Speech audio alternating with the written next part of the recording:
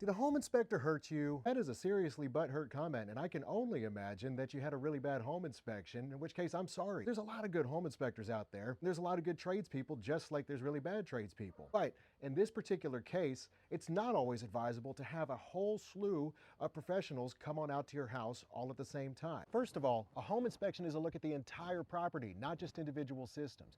What you're talking about is basically equivalent to a 4-point inspection that you would get in Florida for the insurance company. And a 4-point only covers those 4 major things: roofing, HVAC, plumbing, and electrical. A house consists of a lot more than just 4 major systems. I'd like to actually give you a personal story to illustrate, so come here.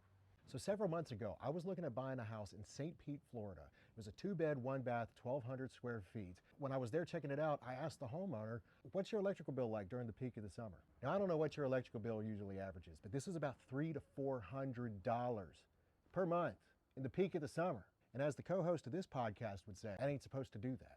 But it did make me wonder what on earth was going on that something could be costing them that much running their AC during the summer. You could have called an HVAC guy, but what I actually knew from the realtor was that as I walked through the house, it wasn't just a 2-bed, 1-bath.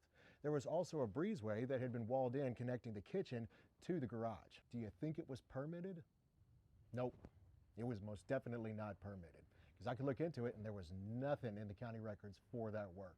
So what I found as I walked in there is a wall that was unstable, and as I felt the unstable wall and knew that the work was unpermitted, I asked the owner, "Do you think this room's actually insulated?" He sent me a picture 2 months later when they were demoing that room to make sure that it was actually permitted work this time, and he says, "Yeah, you were right.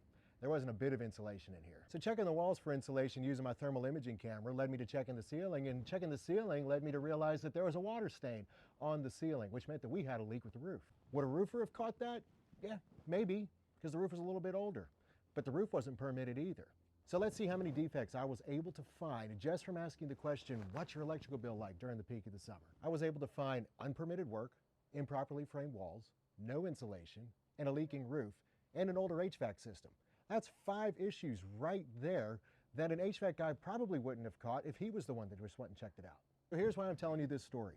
Inspectors are trained to look at a house as an entire system. They're not just specialists in one area or 2 areas, and that's okay for tradesmen who are. But this is what inspectors are trained to do. We're trained to take the entire house into consideration when diagnosing an issue. Because we're not talking about tradespeople who are experts in their craft at only one area of a house. We're talking about people who are trained to see hundreds of homes a year and thousands in their careers, and take all of that information and use it to diagnose issues that are going on, considering the entire building, not just one part. So what's that peace of mind and experience worth to you?